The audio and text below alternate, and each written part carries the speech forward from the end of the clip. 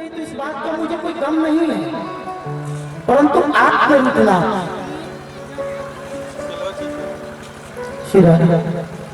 ये दुनिया का काम है रुकना। और दुनिया वाले को कितना भी मनाओ महाराज कोई मानता नहीं है। और दुनिया वाले बनाने वाले एक बार मनाने का प्रयास करो और उस रिश्ता में ही मान जाता है। तो आइए हम लोग श्रीधाम वृंदावन की तरफ वृंदावन की तरफ करते हैं।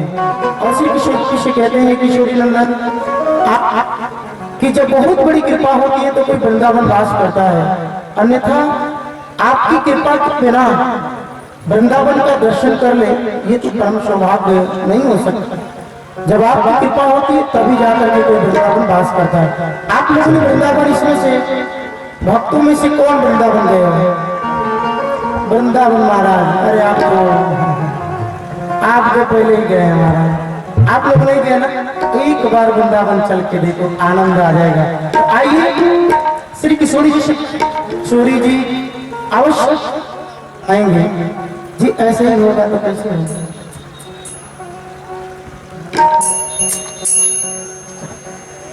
तो क्या क्या है, कैसे मनाएंगे?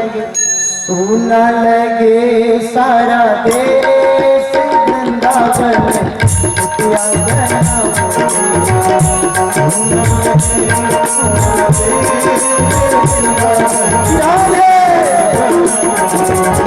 सुना लगे सारा देश वृंदावन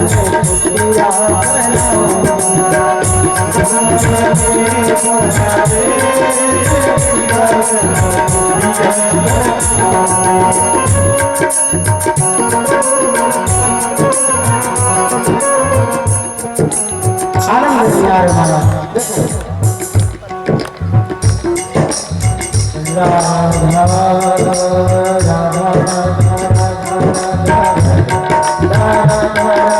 श्यामा श्यामा श्यामा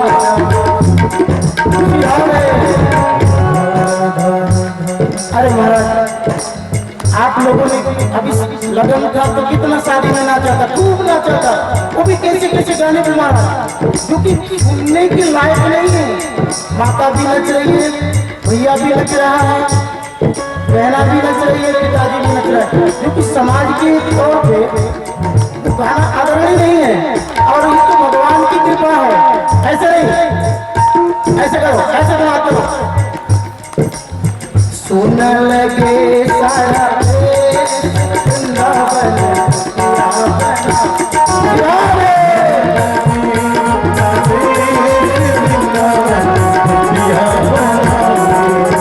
धर जो गलता है श्याम चंद अलग जगाओगे।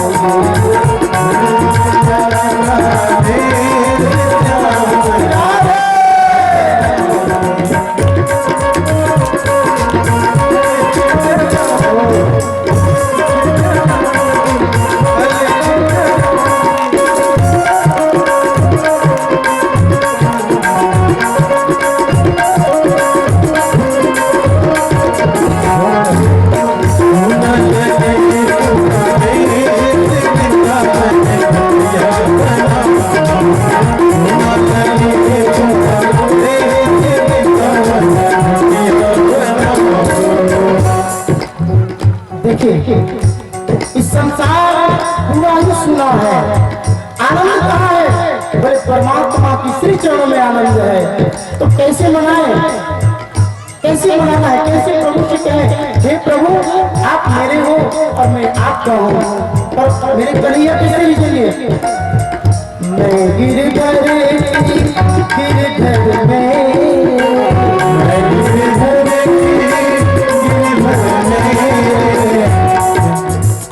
आनंद नहीं आ रहा है, आनंद नहीं आ रहा है तो बोलो कुछ और गाएगा।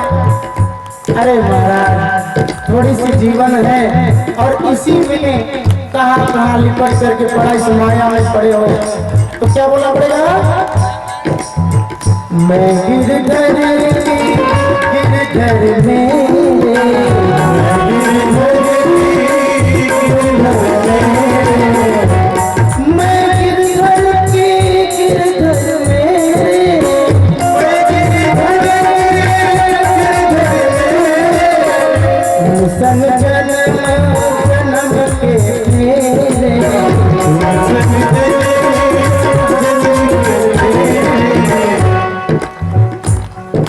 दुनिया वाले ने 7 फेरे लिए कि नहीं लिए इस बात की कोई गारंटी नहीं है महाराज। इस संसार वाले जो पति है इसने 7 फेरों विवाह के समय लिए कि नहीं लिए इस बात की कोई गारंटी नहीं है। लेकिन मेरा और आपका संबंध मेरा कन्हैया से डायरेक्ट ऐसे होना चाहिए और ऐसा है क्योंकि वो जगतपति है और हम उनकी पत्नी हैं। तो इसलिए क्या करना है उन संग जन्म के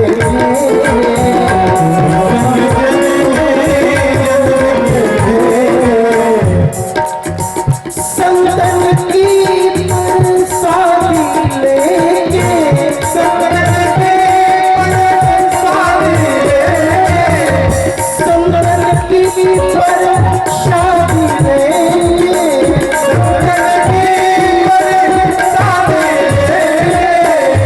जीवन सफल बनाऊं मैं वृंदावन या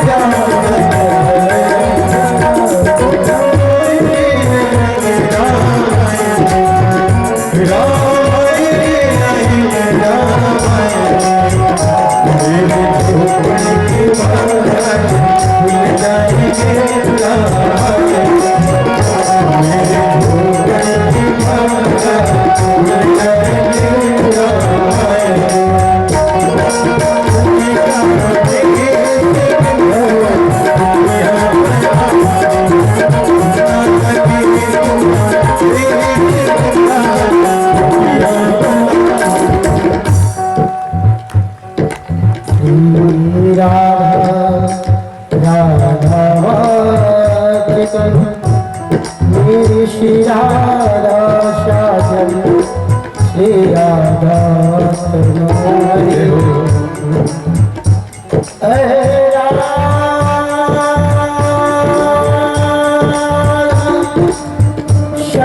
शरणागता हे केशवनंदन श्री राधानंद श्री राम नाम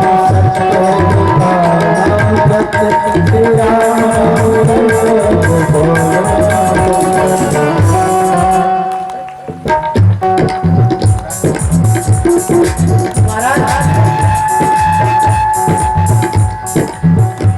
श्री राम नाम सत्य है। तो कहने का अर्थ है कि राम ही नाम एक सत्य है। बाकी कितना भी नाम राम हो और कितना भी नाम कर लो मेरा साथ होता है। तो क्या बोला राम नाम सत्य है गोपाल नाम सत्य श्री राम नाम सत्य है।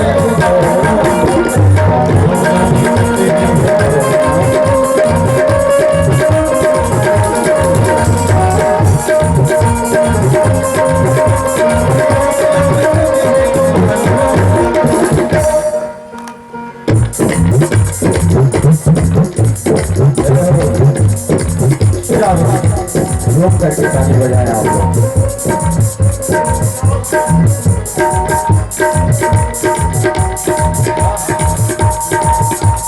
मेरे कुत्ते भी रहेगी ओ मेरे कुत्ते भी रहेगी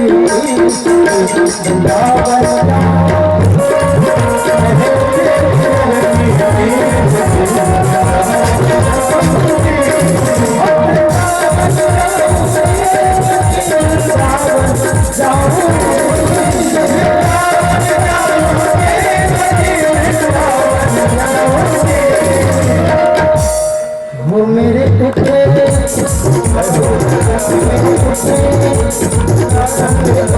भी रहेगी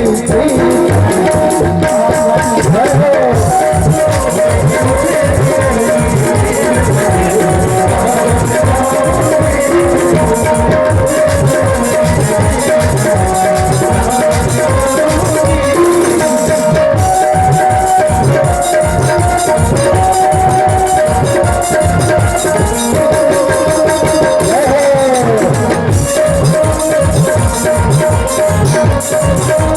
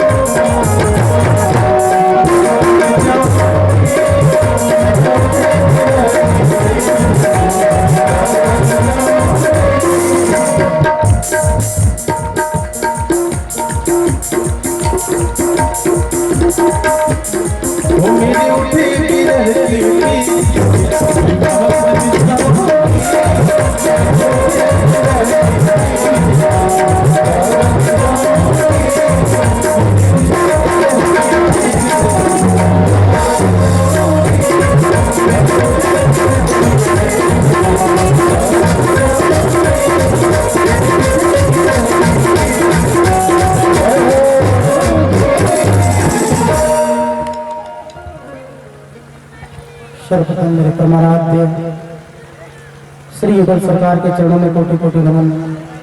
उनसे प्रार्थना अपना आशीर्वाद मुझे प्रदान करें। उनके उपरांत में परम सदैव श्री सदगुरुदेव भगवान के चरणों में कोटि कोटि नमन। उनसे प्रार्थना अपना आशीर्वाद अपने पुत्र के ऊपर बनाए रखें। मेरे माता पिता के चरणों में कोटि कोटि नमन सदा अपने पुत्र के ऊपर अपनी कृपा बनाए रखें। स्थान देवता, वास देवता, नगर देवता, इन सब के चरणों में कोटि कोटि नमन। ये अपना स्थान ग्रहण करें। पधारे हुए सभी संत समाज, ब्राह्मण समाज, ऋषि मुनियों के चरणों में कोटि कोटि नमन। ये अपना आशीर्वाद, अपना आशीर्वाद इस दास के ऊपर बनाए रखें। और पधारे हुए मातृशक्ति माताएं, भाई बहन, बाल गोपाल, इनके हृदय में उपस्थित मेरे सर्वेश्वर भगवान को कोटि कोटि नमन। इनसे प्रार्थना अपना आशीर्वाद मुझे प्रदान करें। बोले व्यास जी महाराज की, बोले श्री सुखदेव जी महाराज की जय, बोले श्रीमद् भागवत की जय, धर्म की जय हो, धर्म का नाशो प्राणियों में कल्याण हो, गौ हत्या बंद हो, माता की जय हो, माता की जय हो।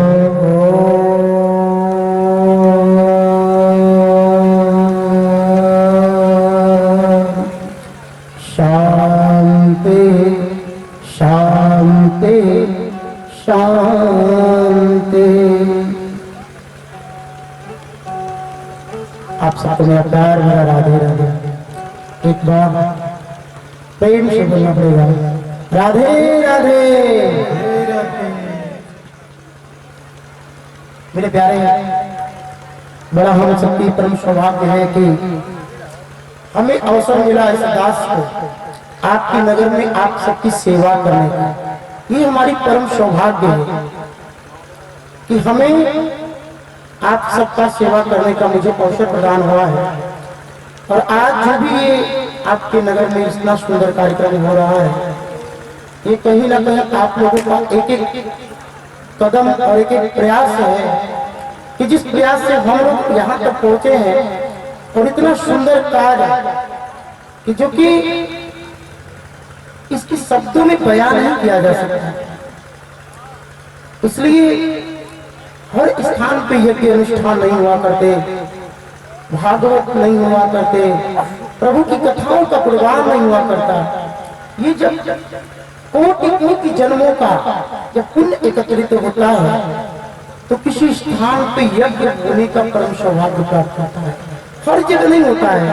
किसी को लगता है कि नहीं ये साधारण बात है, कहीं हो सकता है, नहीं, ये संभव नहीं है। ये हमारी सोच ऐसा है, हमेशा सोचते हैं लेकिन ऐसा है नहीं। अब तक हो रहा था, बताओ हुआ क्या। लेकिन जब माँ जगदम्बिका का प्राकट्य उनका हुआ कि नहीं यहाँ पर कुछ होना चाहिए, तो किसी की कंठ पर विराजमान होकर के और वो किसी के माध्यम से कोई कार्य करा देते हैं। ये सब परमात्मा की ही लीलामयी करुणामयी लीला है, जिसकी समझने के लिए हम लोगों के पास वो सामर्थ्य नहीं है, वो शक्ति नहीं है कि जिसे हम समझ सके। देखो महाराज काली माई भी चढ़ गए, तनिक में दुर्गा माई चढ़ेंगे, तनिक में खप्पर वाली चढ़ेंगे। कथा थोड़ा सा राधे राधे। मेरे प्यारे समय कम है, इसलिए ज्यादा भूमिका नहीं बनाते हुए आइए अपना अपना शरण रखें और श्रीमद् भागवत कथा आज प्रारंभ हो। और प्रथम श्लोक हम और आप सभी श्रवण करें और आज से श्रीमद् भागवत कथा का प्रारंभ हो। हमारे स्वामी जी मध्य में विराज और सब मिलकर श्रीमद् भागवत कथा के प्रथम श्लोक उच्चारण करेंगे। और आज इतनी दिव्य अवसर है और समय है, उसी समय के अनुसार आज समय को देखते हुए कथा को प्रारंभ अथवा संपन्न करने का प्रयास करेंगे।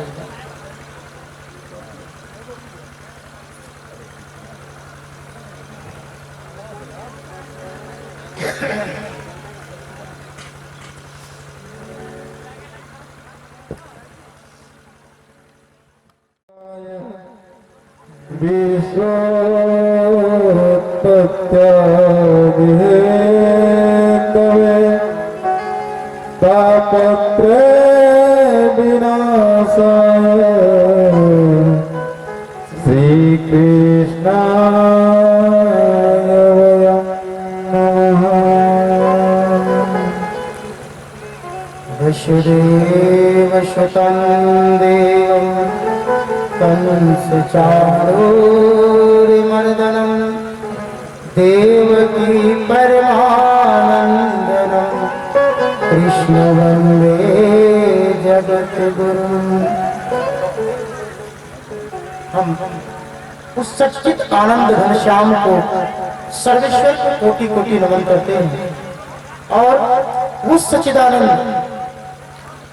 जिन्होंने इस सृष्टि का सृजन किए हैं, और वो सच्चिदानंद जो कि जिनकी सच्चित में आनंद हो, एक एक शब्दों में आनंद हो, जिसने आनंद का ही प्राकट किया हो, जिसने आनंद को ही अनुभव कराने का हम सबको अवसर प्रदान करने का प्रयास कर रहे हैं, उस सच्चिदानंद को हम और आप कोटि कोटि नमन करते हैं कि सच्चिदानंद आपको हम प्रणाम करते हैं और ऐसी विवेक दीजिए, ऐसी बुद्धि दीजिए कि हम गा सके आप ही की कथा और आपको परमात्मा ऐसी श्रवण दे कि आप सुन सके उन्हीं की कथाओं को। मेरे प्यारे, एक समय की बात है, नैमिषारण्य में 88,000 शौनकादिक ऋषि ज्ञान यज्ञ कर रहे हैं, जो कभी भी खत्म होने वाला नहीं, जो कभी भी समाप्त होने वाला नहीं। ऋषि यज्ञ कर रहे हैं और जैसे ऋषियों ने 88,000 शौनकादिक ऋषि यज्ञ कर रहे थे, तो ऋषियों के मन में एक जिज्ञासा थी कि आने वाले कल काल के लोगों का कल्याण कैसे होगा, कैसे उद्धार होगा। एक दूसरे में ऋषि कल्पना कर रहे थे कि आने वाले कलयुग के लोगों का कल्याण कैसे होगा। एक दूसरे को 88,000 शौनकादिक ऋषि विराजमान थे, तो आपस में इस बात का विचार कर रहे थे कि आने वाले कलयुग के लोगों का कल्याण कैसे होगा। संत किसे कहते हैं? जो अपने नहीं, जो सबके कल्याण की बातें करता हो, जो सबके हित की बात करता हो। और आज के कल काल में इस कलयुग के लिए हमारे शौनकादिक ऋषियों ने पहले ही प्रश्न किया कि आने वाले कलयुग के लोगों का कल्याण कैसे होगा। तो आपस में विचार कर ही रहे थे कि श्री सुखदेव जी महाराज का, जो कि गुरुओं के गुरु हैं, श्री सुखदेव जी महाराज जी का आगमन हुआ और जैसे ही श्री सुखदेव जी महाराज जी का आगमन हुआ तो शुल्कादिक ऋषियों ने देखा तो श्री सुखदेव जी महाराज जी से कहा, अहो भाग्यम परमात्मने हे केशवानंदनम शरणानंदन नमो नमः। हे श्री परमात्मा, आप साक्षात नारायण के ही स्वरूप हैं। आप कृपा करें और हमारी मनों में एक प्रश्न है। हे प्रभु, आपका जो ज्ञान है ना, ये करोड़ों कोटियों के समान है। आपकी ज्ञान का हम लोग शब्दों में बयान नहीं कर सकते। हे परमात्मा, आप कृपा करें और आप हमारे प्रश्नों का उत्तर देकर के आप हमें प्रसन्न करने की कृपा करें और हमारे मनों में एक भेद है और इसी मिटाने का प्रयास करें। शुल्कादिशी श्री शुद्ध जी महाराज की ऐसी अनुकंपा से और परम सदैव शुल्कादिक ऋषियों ने कहा कि आने वाले कलयुग के लोगों का कल्याण कैसे होगा। तो श्री शुद्ध जी महाराज कहते हैं कि ये तो हमारी परम सौभाग्य है कि कहीं ना कहीं आप लोगों ने हमें इस योग्य समझा। तो वो कहते हैं कि हरे राम राम राम हरे राम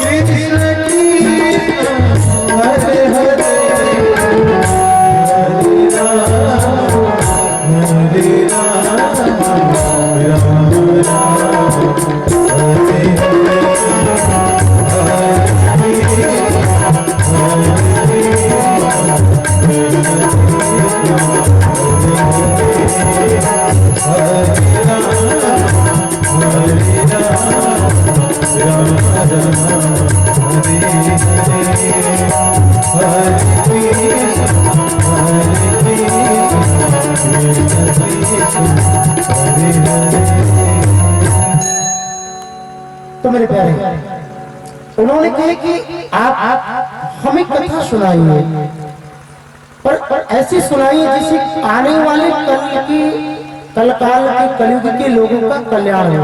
पर प्रभु एक बात सुनिए, कथा सारम मम कर्ण रसायन। प्रभु कथा का सार सुनाइएगा, पूरी कथा में सुनाइएगा। तो श्री शुद्ध महाराज जी ने कहा कि हे ऋषियों, आप कथा का सार क्यों सुनना चाहते हैं? कथा तो पूरी सुननी चाहिए।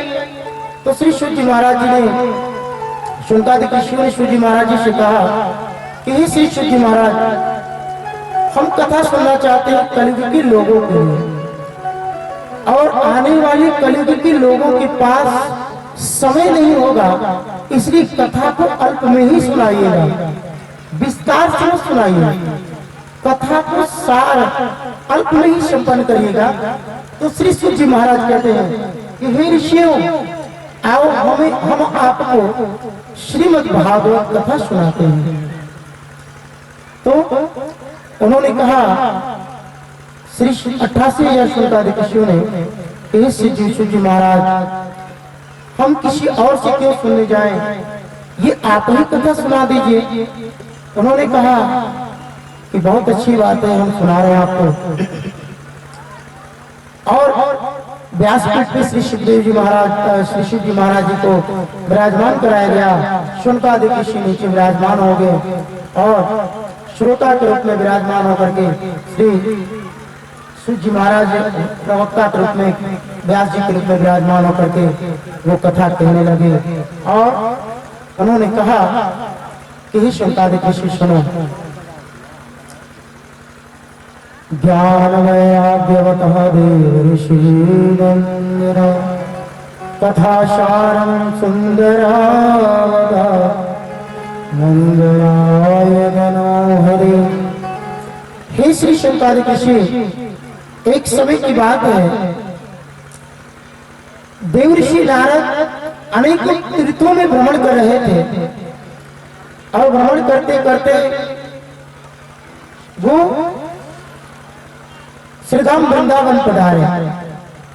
और जब श्रीधाम वृंदावन पधारे तो उन्होंने एक दृश्य देखा और बड़ा ही ऐसे दृश्य उन्होंने देखा कि कल्पना करना ही उनके लिए बड़ा अचरज था।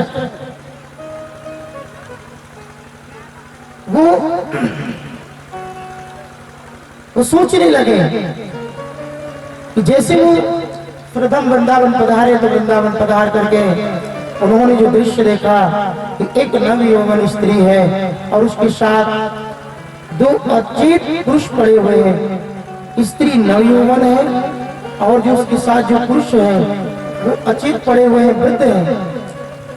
और श्री नारद को एक मन में संदेह हुआ कि ये कैसे दुख है, उनके पास जाऊं और उनकी व्यथा जानने की कोशिश करूं, लेकिन फिर भी उन्होंने सोचा स्त्री है, जाना उचित नहीं होगा। उन्होंने कल्पना करने लगा कि मैं कैसे इनकी दुखों को दूर करूं, इनकी समस्याओं का कैसे समाधान करूं। ये सोचने लगे तो जाने लगे देवऋषि नारद। देवऋषि जैसे जाने लगे तो उनको लगा कि नहीं ये संत है। तो जो स्त्री थी उन्होंने कहा, साधु, हे संत महाराज, हे संत भगवान, आप ठहरिए, मेरे मन का जो भ्रम है वो मिटाइए। मेरे मन में एक प्रश्न चल रहा है, उस प्रश्न का मुझे उत्तर देकर मुझे संतुष्ट करिए। उन्होंने कहा, ये मेरे पुत्र हैं, हे संत भगवान, ये मेरे पुत्र हैं और ये ऐसी कृपा करिए।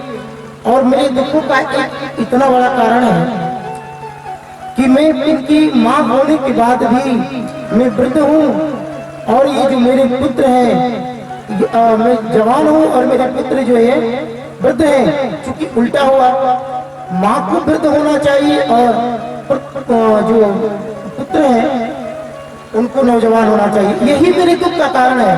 यथा दुःखम पुत्राष्ट जीवनम। इस संत भगवान मुझे मेरे दुखों का कारण बताइए, मेरे दुख हैं और ये दुखों को मेरे दूर करिए। तो श्री देवर्षि नारद ने कहा कि देवी आप परेशान ना हो, मैं प्रयास करता हूँ आपके दुख को दूर करने के लिए। अनेकों उन्होंने उपाय किया, परंतु वो ज्ञान जो उनका नाम उनका ज्ञान और वैराग्य था, वो कुछ समय के लिए थोड़े से नेत्र खोलते फिर उसके बाद बंद कर लेते।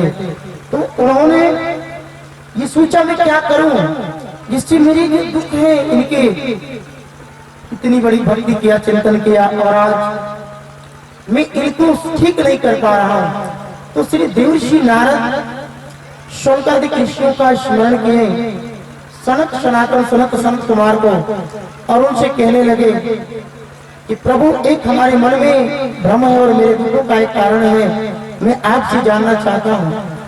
तो उन्होंने कहा कि हे देवर्षि नारद, जिनकी मुखमंडल कमल की समान खिलखिलाता हो, आज उनकी मुखमंडल इतनी उदास क्यों है? उन्होंने कहा कि हे शंकादिक ऋषि, मैं आपसे क्या कहूं, मेरे दुख का कारण ये है कि ज्ञान और वैराग्य अचित पड़े हैं और मैंने बहुत प्रयास किया कि उनको ठीक कर सकूं, परंतु मैं ठीक नहीं कर पाया। यही मेरे दुख का कारण है। आप कोई मार्ग बताएं जिससे हमने उन्हीं सहजता में उनकी जो नेत्र बंद है उस नेत्र को मैं खोल सकूं, मैं ठीक कर सकूं। तो श्री शंकादिक ऋषियों ने कहा कि हे देवर्षि नारद, आप उन्हें श्रीमद् भागवत कथा श्रवण कराइए और उनकी सहजता में ही उनका मुक्ति कल्याण हो जाएगा।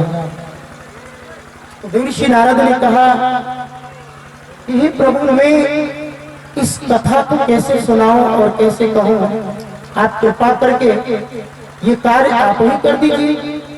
तो उन्होंने कहा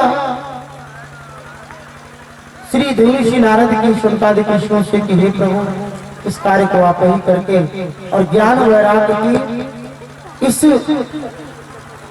जो पीड़ा है, उनका जो दुख है, इस दुख से उन्हें मुक्ति प्रदान कराइए। तो उन्होंने कहा हे देवर्षि नारद, आप जो भी कह रहे हैं ये परम सत्य कह रहे हैं और ऐसा ही होगा। तो श्री शंकादिक ऋषियों ने ज्ञान और भक्ति और वैराग्य को कथा सुनाई और जैसे उन्होंने कथा सुनाया तो ज्ञान और वैराग्य की मुक्ति हुई और देवी भगवती सह शरीर प्रकट हो गई और उनका भी आत्म कल्याण हो गया। और इतना आनंद आ गया महाराज, देवर्षि नारद ने कहा कि महाराज बड़ा ही आनंद आ गया और आज हमारे दुखों का जो कारण है, जो दुखों का जो हमारी मन में जो भेद है, जो मनों में जो गांठ था, आपने समाप्त करने का प्रयास किया हे देवर्षि नारद। और देवर्षि नारद ने शंकादिक ऋषियों को प्रणाम करके कहने लगे कि ओम नमो भगवते वासुदेवाय, ओम नमो भगवते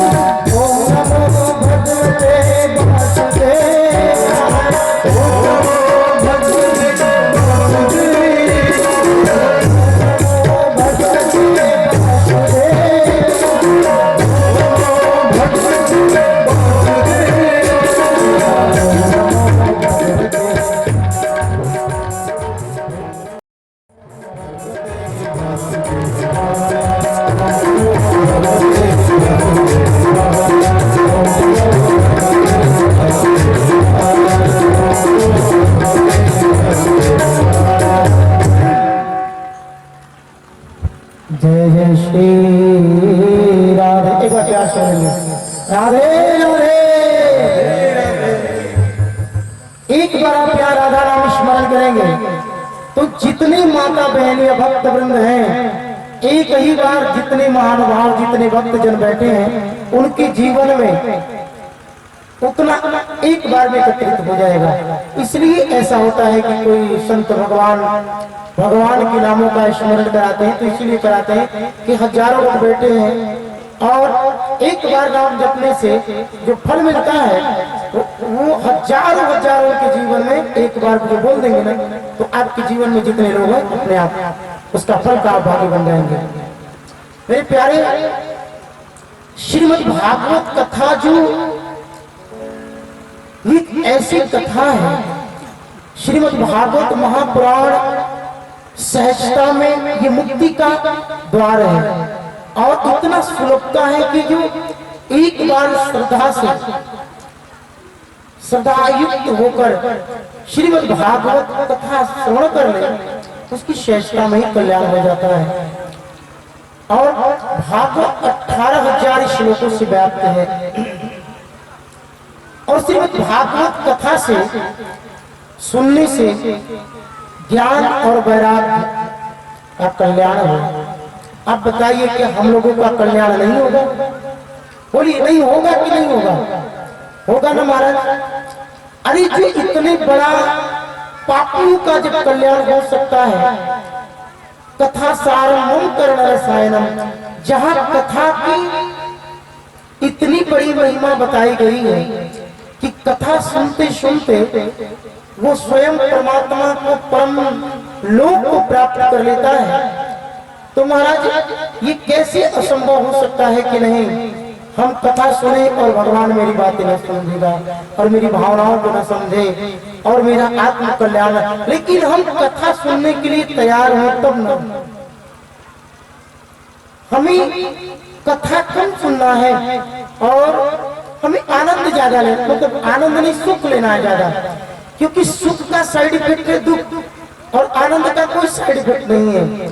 तो मेरे प्यारे, कल जो है समय चूंकि 10 उपरांत हो रहा है, तो इसलिए जो है कि कल का समय कथा का महाश्री संदेश देंगे और आज जो है कि इस कथा को आज यहीं से विराम करने का मूल विजन ये है कि समय कम है और क्योंकि 10 बजा है, 12 बजे तक 1 बजे तक रखनी अच्छी बात नहीं है, विलंब भी हुआ कथा, इसलिए इसके लिए आप सबको यही हम कहेंगे कि भाई थोड़ा व्यवस्थित में थोड़ा विघ्न इसलिए होगा, परंतु कल कथा का जो समय होगा स्वामी जी संदेश देंगे, आप जो है कि सुनिए, बताएंगे और उसी समय से कल हम लोग कथा में विशेष समय निकाल कर आए और कथा रस पान करें।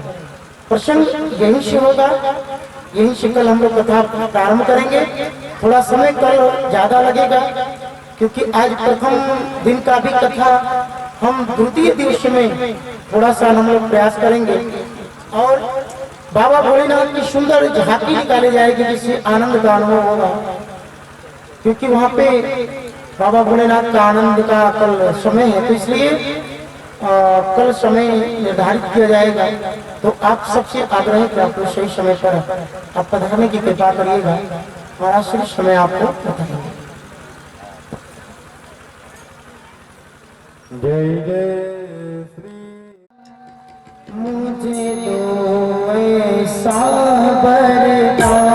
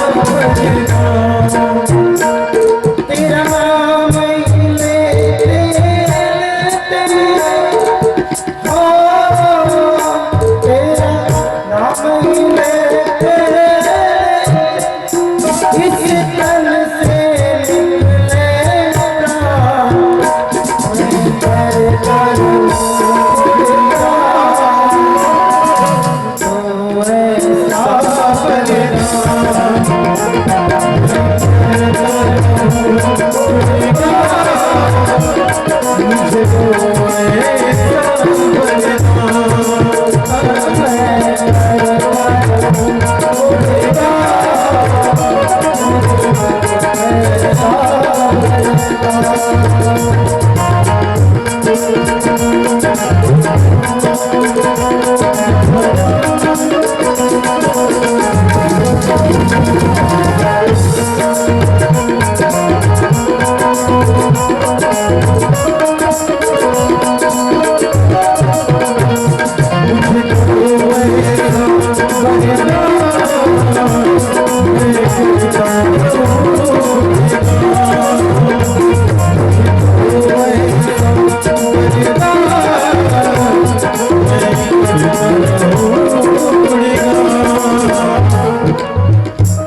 मेरी कृपा से मेरे भगवान मन की इच्छा पूरी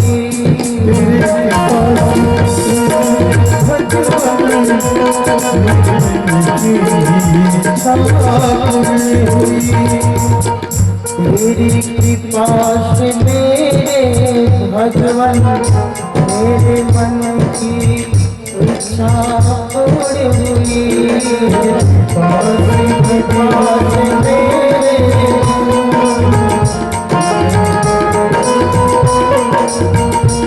तेरा नाम लेते लेते हो तेरा नाम लेते इस तन से निकले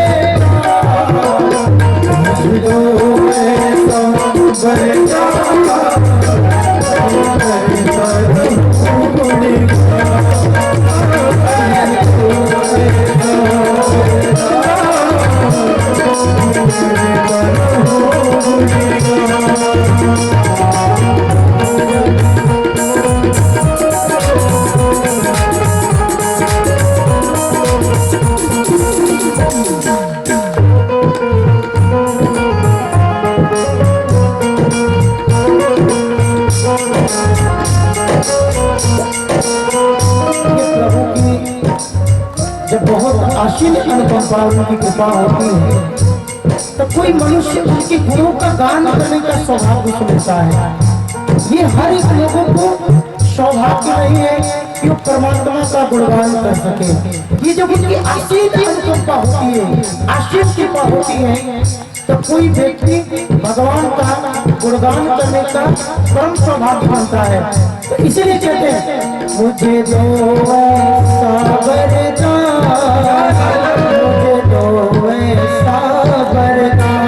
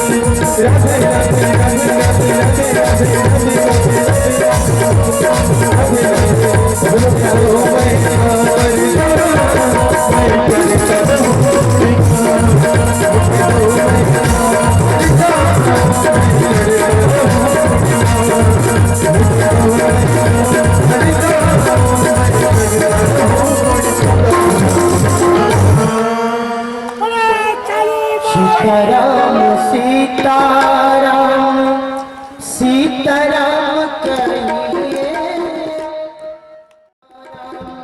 सीताराम कहिए, सही बीती तेरा कहीं भी कहिए। सीताराम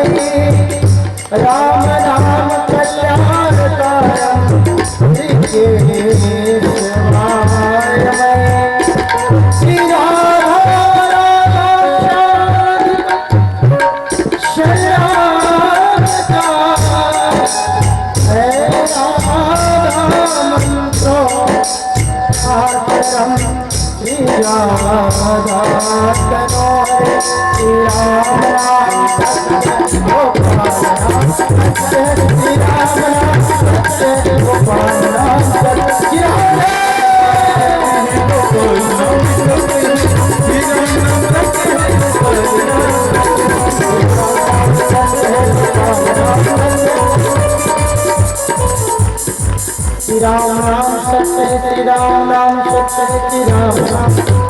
देखिए श्री राम नाम सत्य है, ये श्री राम नाम सत्य है। मरने के बाद ये सुनने को मिले महाराज, ये क्या गारंटी है कि मरने के बाद भी सराओं में बात पहुंचेगी कि श्री राम नाम सत्य है।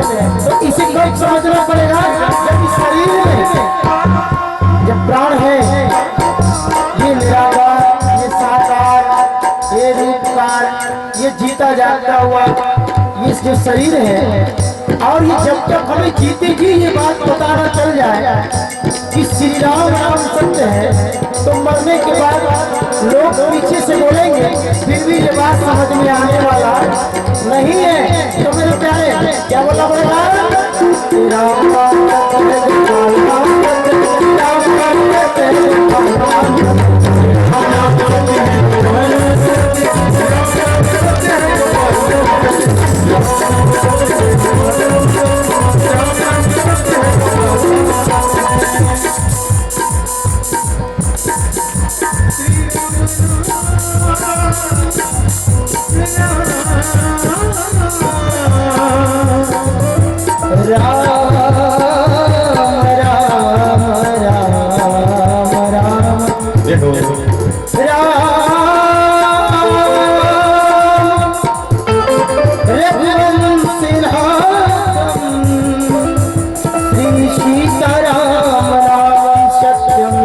श्री राम नाम जप। क्या बोला पड़ेगा? श्री राम नाम सत्य है, श्री राम नाम सत्य है, श्री राम नाम सत्य है,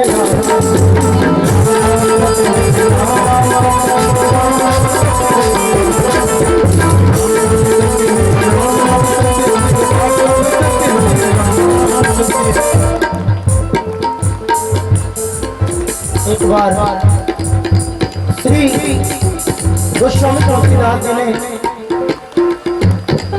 भगवान श्री रामचंद्र जी से पूछा, प्रभु हे करुणा के सागर, ये दास आपसे एक मन में भाव है, ये आपसे में कहने के लिए तो मुझे शक्ति नहीं है, परंतु मन में ये भाव जगा है